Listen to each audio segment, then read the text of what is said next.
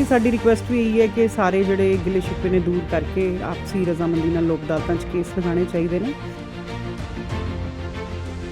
ਬੜਾ ਹੀ typical case ਸੀਗਾ ਜਿਹਦੇ 'ਚ husband is of around 69 years of age and the wife is around 60 years of age and ਉਹ ਨਾ 30 ਸਾਲ ਤੋਂ ਅਲੱਗ ਰਹਿ ਰਹੇ ਸੀ ਤੇ 30 ਸਾਲ ਬਾਅਦ ਉਹ ਆਪਣੀ ਆਪਸੀ ਰਜ਼ਾਮੰਦੀ ਨਾਲ ਅੱਜ ਉਹਨਾਂ ਨੇ ਲੋਕ ਅਦਾਲਤ ਵਿੱਚ ਫੈਸਲਾ ਕੀਤਾ ਹੈ।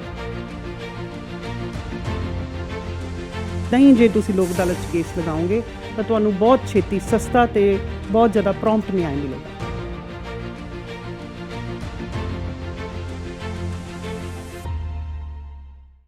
D4 न्यूज़ देख रहे तमाम दोस्तों को दीपक भंडारी का नमस्कार। हम पहुंचे हैं डिस्ट्रिक्ट कोर्ट में। आप देख सकते हैं यहाँ पर लोक अदालत लगाई गई है, जहाँ पर डिस्ट्रिक्ट सेशन जज हरप्रीत कौर रंधावा खुद पहुंची हैं, लोगों को समझा भी रही हैं कि आखिरकार लिटिगेशन को कैसे ख़त्म किया जाए।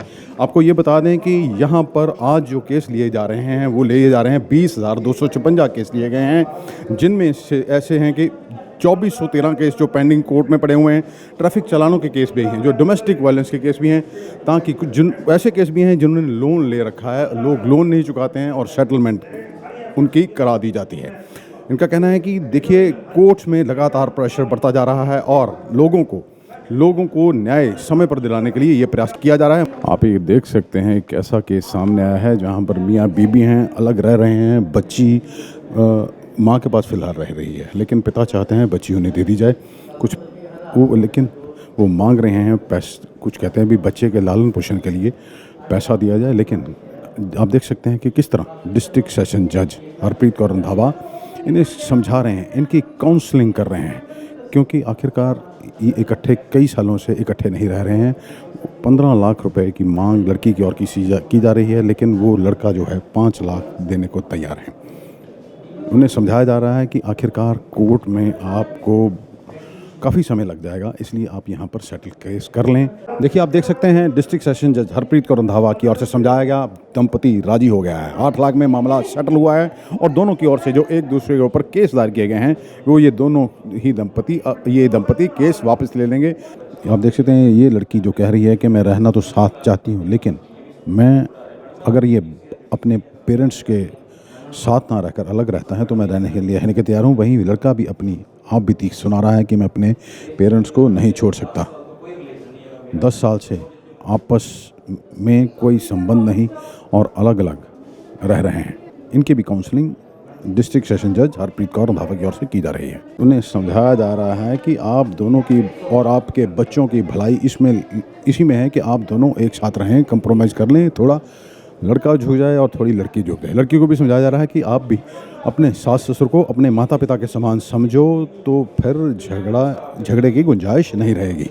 ये देखिए एक अजीब केस है, ये 60 साल से अधिक उम्र हो चुकी है, लेकिन दोनों अब झगड़ा है। छोटी सी बात है कि पति का कहना है कि खुद घर आ जाए, लेकिन यहाँ मैडम का कहना है कि ये मुझे आकर ले जाएं तो हम झगड़ा ख़त्म कर लेंगे। इनकी भी काउंसलिंग सेशन जज हरप्रीत कौर रंधावा की ओर से की जा रही है। ये देखिए ये केस ऐसा है कि सिर्फ ईगो में इन लोगों ने अपने 30 साल बर्बाद कर दिए।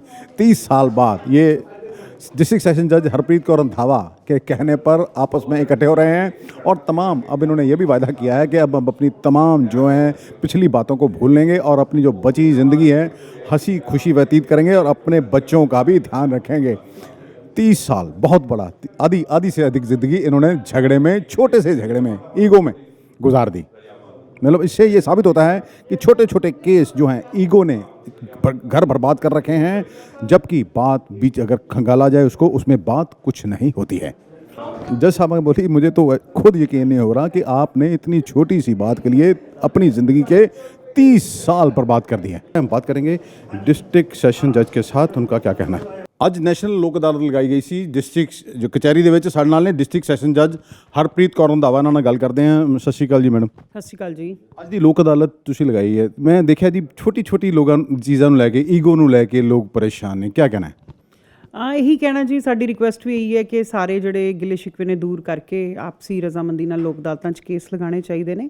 ਬਾਕੀ ਸਾਨੂੰ ਕਾਫੀ ਅੱਜ ਸਫਲਤਾ ਮਿਲੀ ਹੈ। ਇੱਕ ਬੜਾ ਹੀ ਟਿਪੀਕਲ ਕੇਸ ਸੀਗਾ ਜਿਹਦੇ 'ਚ husband is of around 69 years of age and the wife is around 60 years of age and ਉਹ ਨਾ 30 ਸਾਲ ਤੋਂ ਅਲੱਗ ਰਹਿ ਰਹੇ ਸੀ ਤੇ 30 ਸਾਲ ਬਾਅਦ ਉਹ ਆਪਣੀ ਆਪਸੀ ਰਜ਼ਾਮੰਦੀ ਨਾਲ ਅੱਜ ਉਹਨਾਂ ਨੇ ਲੋਕ ਅਦਾਲਤ ਵਿੱਚ ਫੈਸਲਾ ਕੀਤਾ ਤੇ ਰਾਜ਼ੀ ਖੁਸ਼ੀ ਆਪਣੇ ਘਰ ਗਏ ਨੇ। ਸੋ ਇੱਕ ਬੜੀ ਵੱਡੀ ਸੈਟੀਸਫੈਕਸ਼ਨ ਔਰ ਅਚੀਵਮੈਂਟ ਹੈ ਜਿਹੜੀ ਅਸੀਂ ਅੱਜ ਨੈਸ਼ਨਲ ਲੋਕ ਅਦਾਲਤ ਲਗਾਈ ਹੈ।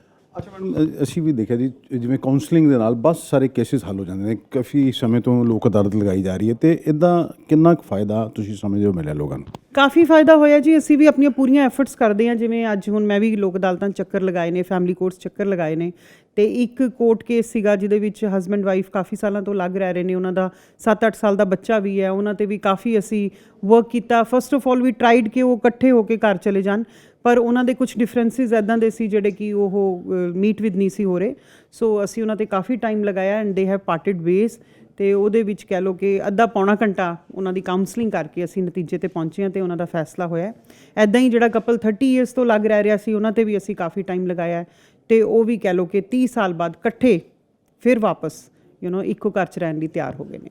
ਐਜ਼ ਏ ਜੱਜ, ਕਿਉਂਕਿ ਜੱਜ ਦੇ ਉੱਪਰ ਇਸ ਤਰ੍ਹਾਂ ਦੇ ਕੇਸਿਸ ਆ ਗਏ ਵੀ ਤੁਹਾਨੂੰ ਲੱਗਦਾ ਵੀ ਕਈ ਵਾਰੀ ਛੋਟੀ-ਛੋਟੀਆਂ ਗੱਲਾਂ ਸਾਹਮਣੇ ਤੁਹਾਡੇ ਆਉਂਦੀਆਂ ਐਸੀਆਂ ਜਿਸ ਕਿ ਘਰ 'ਚ ਬੈਠ ਕੇ ਹੀ ਸੋਲਵ ਕੀਤੀਆਂ ਜਾ ਸਕਦੀਆਂ, ਤੁਹਾਨੂੰ ਖੁਦ ਸਮਝਾਉਣਾ ਪੈ ਰਿਹਾ, ਤੁਹਾਨੂੰ ਕਈ ਵਾਰੀ ਤਣਾਅ ਨਹੀਂ ਆ ਜਾਂਦਾ ਜੀ? ਨਹੀਂ ਜੀ, ਇਹੋ ਜਿਹੀ ਕੋਈ ਗੱਲ ਨਹੀਂ ਹੈ। ਸਾਨੂੰ ਬੜੀ ਜੌਬ ਸੈਟਿਸਫੈਕਸ਼ਨ ਮਿਲਦੀ ਹੈ ਅਸੀਂ ਜੇ ਕਿਸੇ ਲਈ ਕੁਛ ਚੰਗਾ ਕਰੀਏ।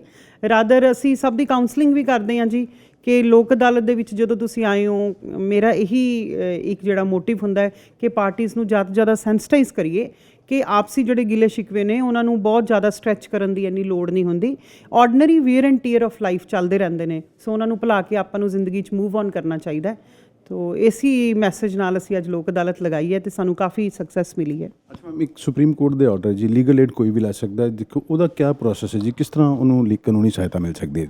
ਉਹਦੇ 'ਚ ਕੁਝ ਕੰਡੀਸ਼ਨਸ ਨੇ ਜੀ, ਜਿੱਦਾਂ ਉਹਦੀ ਸੈਲਰੀ ਬਿਲੋ ਪਾਵਰਟੀ ਲਾਈਨ ਹੋਵੇ ਤਾਂ ਵੀ ਮਿਲ ਸਕਦੀ ਹੈ ਜੀ ਤੇ ਲੇਡੀਜ਼ ਨੂੰ ਮਿਲ ਸਕਦੀ ਹੈ ਜੀ। ਕੁਛ ਹੈਗੇ ਨੇ ਉਹਦੇ 'ਚ ਕੰਡੀਸ਼ਨਸ। ਬਾਕੀ ਇਹ ਪ੍ਰੋਸੀਜਰ ਜਿਹੜਾ ਹੈਗਾ ਉਹ ਕਾਫੀ ਸਿੰਪਲ ਹੈ। ਇੱਥੇ ਮੇਰੇ ਆਫਿਸ ਹੈਗਾ ਡਿਸਟ੍ਰਿਕਟ ਐਂਡ ਸੈਸ਼ਨ ਜੱਜ ਦਾ, being chairperson district legal services authority. ਕੋਈ ਵੀ ਇੱਥੇ ਲੀਗਲ ਏਡ ਲੈਣਾ ਚਾਹੁੰਦਾ ਆਪਣੀ ਐਪਲੀਕੇਸ਼ਨ ਦੇ ਸਕਦਾ ਹੈ। ਸਿਮਿਲਰਲੀ ਸਾਡਾ ਇੱਥੇ ਆਫਿਸ ਹੈਗਾ ਜੀ ਡਿਸਟ੍ਰਿਕਟ ਲੀਗਲ ਸਰਵਿਸਿਜ਼ ਦਾ, ਜਿੱਥੇ CGM ਬੈਠਦੇ ਨੇ ਸਾਡੇ, ਉਹਨਾਂ ਕੋਲ ਵੀ ਆ ਕੇ ਜਿਹੜੇ ਹੈ ਉਹ ਐਪਲੀਕੇਸ਼ਨ ਦੇ ਸਕਦੇ ਨੇ ਤੇ ਸਾਡੇ ਤੋਂ ਲੀਗਲ ਏਡ ਲੈ ਸਕਦੇ ਨੇ। ਅੱਛਾ ਮੈਡਮ, ਤੁਹਾਡੇ ਕੋਲ ਕੇਸਿਸ ਲੋਨ ਦੇ ਵੀ ਆਉਂਦੇ, ਕੁਝ ਸਾਰੇ ਐਸੇ ਕੇਸਿਸ ਵੀ ਹੁੰਦੇ ਵੀ ਛੋਟੇ ਜਿਹੜੇ ਜਿਵੇਂ ਜੀ, ਉਹਨਾਂ ਨੂੰ ਅਸੀਂ ਪ੍ਰੀ ਲਿਟੀਗੇਟਿਵ ਕੇਸਿਸ ਕਹਿੰਦੇ ਹਾਂ। ਉਹ ਅਸੀਂ ਅੱਜ ਕਾਫੀ ਮਾਤਰਾ 'ਚ ਲੋਕ ਅਦਾਲਤ 'ਚ ਲਗਾਏ ਨੇ। ਪ੍ਰੀ ਲਿਟੀਗੇਟਿਵ ਕੇਸਿਸ ਜਦੋਂ ਵੀ ਆਉਂਦੇ ਨੇ ਉਹ ਸਮੌਲ ਡਿਸਪਿਊਟਸ ਹੁੰਦੇ ਨੇ। ਅਸੀਂ ਪਾਰਟੀਆਂ ਨੂੰ ਨੋਟਿਸ ਦਿੰਦੇ ਹਾਂ ਤੇ ਫਿਰ ਕੰਪਰੋਮਾਈਜ਼ ਰਾਹੀਂ ਸਪੋਜ਼ਿੰਗ ਅਮਾਊਂਟ ਜਿਹੜਾ ਹੈਗਾ ਉਹ ਇੱਕ ਐਗਰੀਏਬਲ ਨਹੀਂ ਹੈਗਾ ਦੂਜੀ ਪਾਰਟੀ ਨੂੰ ਜਿੰਨੇ ਦੇਣਾ ਹੈਗਾ, ਤਾਂ ਫਿਰ ਲੋਕ ਅਦਾਲਤ ਰਾਹੀਂ ਕੁਝ ਵਧਾ ਘਟਾ ਕੇ ਉਹਨਾਂ ਦਾ ਰਾਜ਼ੀਨਾਮਾ ਕਰਾ ਦਿੰਦੇ ਹਾਂ ਜੀ। ਕੋਈ ਮੈਸੇਜ ਪਬਲਿਕ ਨੂੰ ਦੇਣਾ ਚਾਹੋ? ਮੈਸੇਜ ਪਬਲਿਕ ਨੂੰ ਇਹੀ ਹੈ ਜੀ ਕਿ ਲੋਕ ਅਦਾਲਤ ਦਾ ਪੂਰਾ ਫਾਇਦਾ ਉਠਾਓ। ਅੱਜ ਜਿਵੇਂ ਲੋਕ ਅਦਾਲਤ ਬਹੁਤ ਵੱਡੇ ਪੱਧਰ 'ਤੇ ਲੱਗੇ ਹੈ ਤੇ ਕਾਫੀ ਲੋਕਾਂ ਨੇ ਆਪਣੇ ਕੇਸ ਲਗਾਏ ਨੇ। ਇੱਦਾਂ ਹੀ ਜੇ ਤੁਸੀਂ ਲੋਕ ਅਦਾਲਤ 'ਚ ਕੇਸ ਲਗਾਓਗੇ ਤਾਂ ਤੁਹਾਨੂੰ ਬਹੁਤ ਛੇਤੀ, ਸਸਤਾ ਤੇ ਬਹੁਤ ਜ਼ਿਆਦਾ ਪ੍ਰੌਂਪਟ ਨਿਆਂ ਮਿਲੇਗਾ। ਅੱਛਾ ਮੈਮ, ਇੱਕ ਜਿਹੜਾ ਲੋਕ ਅਦਾਲਤ 'ਚ ਕੇਸ ਹੋ ਜਾਂਦਾ ਜੀ, ਸੈਟਲ ਹੁੰਦਾ, ਉਹਦੀ ਕਿਤੇ ਅਪੀਲ ਦਲੀਲ ਨਹੀਂ ਹੈ? ਨਹੀਂ ਜੀ, ਨਹੀਂ। ਇਹੀ ਮੈਸੇਜ ਮੈਂ ਬਾਰ-ਬਾਰ ਦਿੰਦੀ ਹਾਂ ਕਿ ਲੋਕ ਅਦਾਲਤ 'ਚ ਕੇਸ ਲਗਵਾਉਣ ਦਾ ਤੇ ਫੈਸਲਾ ਕਰਾਉਣ ਦਾ ਜਿਹੜਾ ਸਭ ਤੋਂ ਵੱਡਾ ਬੈਨੀਫਿਟ ਹੈ ਕਿ ਤੁਹਾਡੀ ਜਿਹੜੀ ਲਿਟੀਗੇਸ਼ਨ ਹੈ ਉਹ ਬਿਲਕੁਲ ਹੀ ਰੂਟ ਤੋਂ ਖਤਮ ਹੋ ਜਾਂਦੀ ਹੈ, ਕਿਉਂਕਿ ਉਹਦੀ ਆਪਾਂ ਨਾ ਕੋਈ ਅਪੀਲ ਕਰ ਸਕਦੇ ਹਾਂ ਨਾ ਕੋਈ ਰਿਵੀਜ਼ਨ ਕਰ ਸਕਦੇ ਹਾਂ। ਫਾਈਨਲ ਹੋ ਜਾਂਦਾ ਜੀ। ਧੰਨਵਾਦ। ਇਹ ਸਨ ਡਿਸਟ੍ਰਿਕਟ ਸੈਸ਼ਨ ਜੱਜ ਹਰਪ੍ਰੀਤ ਕੌਰ ਰੰਧਾਵਾ। ਤੁਹਾਨੂੰ ਦੱਸ ਦਈਏ ਕਿ ਜਿਹੜੀ ਪਿਛਲੀ ਲੋਕ ਅਦਾਲਤ ਲੱਗੀ ਸੀਗੀ 11/9 ਨੂੰ, ਉਹਦੇ ਵਿੱਚ ਇਹਨਾਂ ਨੇ ਕੇਸ ਸੈਟਲ ਕੀਤੇ ਸੀਗੇ ਕਰੀਬ 9,800 ਕੇਸ ਸੀਗੇ ਤੇ 34 ਕਰੋੜ ਰੁਪਏ ਦੀ ਸੈਟਲਮੈਂਟ ਇਹਨਾਂ ਵੱਲੋਂ ਕਰਵਾਈ ਗਈ ਸੀ। ਉਸ ਤੋਂ ਬਾਅਦ ਜਿਹੜੀ ਦਸੰਬਰ 'ਚ ਇਹਨਾਂ ਨੇ 21 'ਚ ਲਗਾਈ, ਉਹਦੇ 'ਚ 9500 ਤੋਂ ਜ਼ਿਆਦਾ ਕੇਸ ਇਹਨਾਂ ਨੇ ਸੈਟਲ ਕਰਵਾਏ ਔਰ ਉਹਦੇ 'ਚ ਵੀ 29 ਕਰੋੜ ਤੋਂ ਜ਼ਿਆਦਾ ਸੈਟਲਮੈਂਟ ਕਰਵਾਈ। ਮਤਲਬ ਬਹੁਤ ਸਾਰੇ ਕੇਸਿਸ ਅੱਜ ਵੀ 20,256 ਕੇਸ ਲੱਗੇ ਨੇ। ਇਹਦੇ ਲਈ ਇਹਨਾਂ ਵੱਲੋਂ 33 ਬੈਂਚ ਲਗਾਏ ਗਏ ਨੇ। ਟੋਟਲ 27 ਡਿਸਟ੍ਰਿਕਟ ਅੰਮ੍ਰਿਤਸਰ ਕਚਹਿਰੀ 'ਚ ਲਗਾਏ ਗਏ ਨੇ, 2 ਬਾਬਾ ਬਕਾਲਾ ਤੇ 4 ਅਜਨਾਲਾ ਲਗਾਏ ਗਏ ਨੇ। ਅਸੀਂ ਆਪ ਦੇਖਿਆ ਜਾ ਕੇ ਵੀ ਛੋਟੀ ਗੱਲ ਨੂੰ ਲੈ ਕੇ ਲੋਕ ਪਰੇਸ਼ਾਨ ਨੇ ਤੇ ਗੱਲ ਤਲਾਕ ਤੱਕ ਪਹੁੰਚ ਜਾਂਦੀ ਹੈ। ਜੱਜ ਸਾਹਿਬਾਂ ਨੇ ਆਪ ਖੁਦ ਜਾ ਕੇ ਅੱਜ ਲੋਕਾਂ ਨੂੰ ਸਮਝਾਇਆ। ਕਈ ਫੈਮਲੀਆਂ ਨੂੰ ਇਹਨਾਂ ਨੇ ਅੱਜ ਤਬਾਹ ਹੋਣ ਤੋਂ ਬਚਾਇਆ ਤੇ ਸਿਰ ਜੋੜੇ ਨੇ। ਇਹਦਾ ਬਹੁਤ ਫਾਇਦਾ ਲੋਕ ਅਦਾਲਤ ਦਾ। ਸਾਡੀ ਵੀ ਲੋਕਾਂ ਨੂੰ ਅਪੀਲ ਹੈ ਵੀ ਛੋਟੇ ਝਗੜਿਆਂ 'ਚ ਨਾ ਪਾਓ। ਆਪਣੀ ਜ਼ਿੰਦਗੀ ਛੋਟੀ ਜ਼ਿੰਦਗੀ ਹੈ ਤੇ ਇੱਕੋ ਜ਼ਿੰਦਗੀ ਮਿਲੀ ਹੈ, ਉਹਨੂੰ ਖੁਸ਼ੀ ਬਿਤਾਓ ਤੇ ਆਪਣੀ ਈਗੋ ਨੂੰ ਛੱਡ ਦਿਓ। ਅੰਮ੍ਰਿਤਸਰ ਤੋਂ D4U ਨਿਊਜ਼ ਲਈ ਦੀਪਕ ਭੰਡਾਰੀ ਦੀ ਖਾਸ ਰਿਪੋਰਟ।